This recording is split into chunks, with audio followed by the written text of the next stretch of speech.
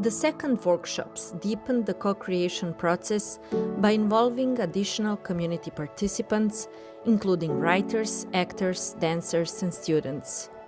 Activities combine creative sessions, discussions on historical narratives, and site-specific rehearsals at Viminacium.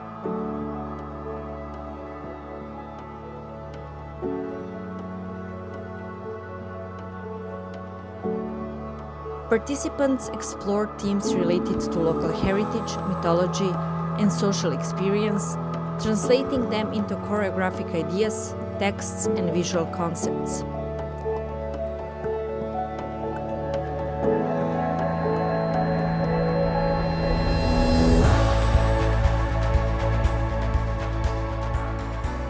Collaboration with amateur actors, dance studios, schools, and cultural institutions expanded the artistic vocabulary of the performances while strengthening involvement of local stakeholders.